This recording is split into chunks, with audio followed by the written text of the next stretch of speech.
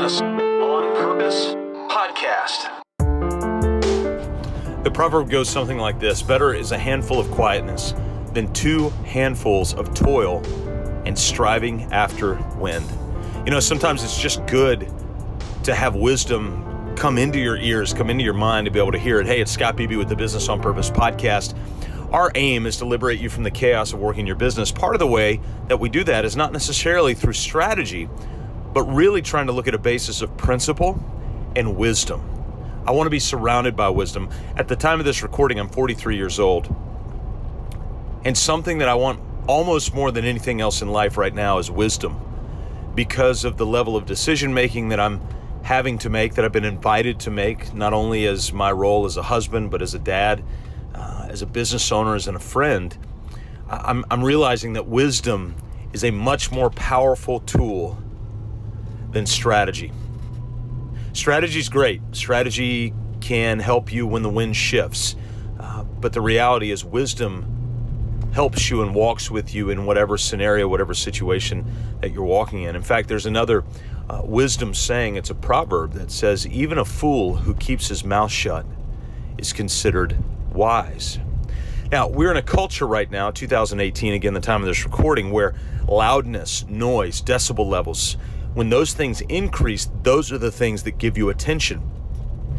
And we naturally assume that all attention is good attention. Well, the reality is we know inherently that's not true.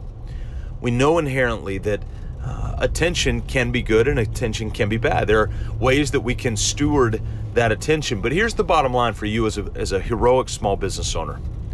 One of the things I want to encourage you to do is to go after wisdom. And I really want to encourage you to think through and ask yourself the question, am I talking too much? Am I talking too much?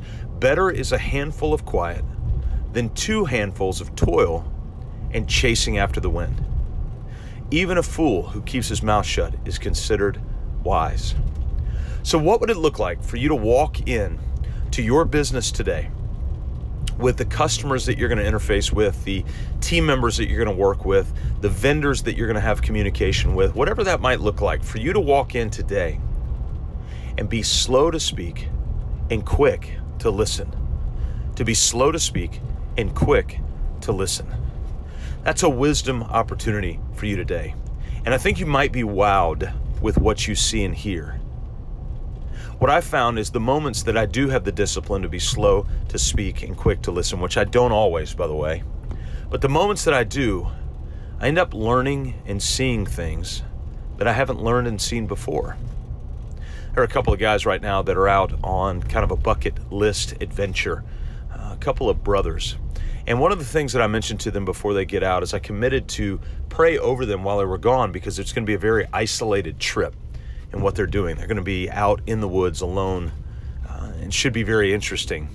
And my prayer for them is that they would have eyes to see and ears to hear. Part of that is having the quietness to speak, or the slowness to speak and the quietness to listen. And so I want to encourage you as a small business owner today, as you go in, maybe you can have the discipline not to speak as much as you normally would, and that you would have the thoughtfulness to listen. Run after wisdom today. I think you'll be well served. I think you might be a little bit surprised at what you find out. MyBusinessOnPurpose.com, 4 steps to businessfreedom.com. We'll see you next time right here on the Business on Purpose podcast.